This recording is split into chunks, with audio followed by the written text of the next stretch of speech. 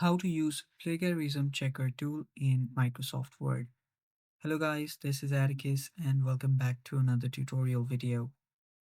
In today's video, I'm going to teach you how you can use the Plagiarism Checker tool on your Microsoft Word. And before we begin, if you guys are new to our channel, head down below and hit the subscribe button so you don't miss out on our future videos. Also press the bell icon so you get notified when we release our new videos. Now let's dive right into it. First thing that you'll need to do is open up your Microsoft Word and have the document ready. After you have done that, what you can then do is here you can see this is the text that I have. Now to check the plagiarism here, you will see different options on the top, such as home, insert, and other. What we need to do is find one called editors. So head over to the review tab right here, and inside review you'll find editor option on the left hand side. Tap on editor.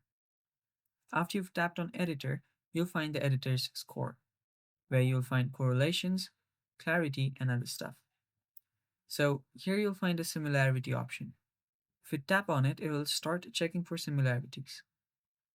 Now let it do its thing, and it will just take some time. And there you can see almost 0% of my text is similar to online sources. That means I have not done any plagued work here. And yeah, if you have copied this from somewhere else, it'll show certain percent of the text is similar to online sources. And it's basically that simple. That's how you use the plagiarism checker tool on your Microsoft Word. And that's basically it for today's video. Thanks for watching. Stay tuned for more upcoming tutorial videos, and bye bye. Take care.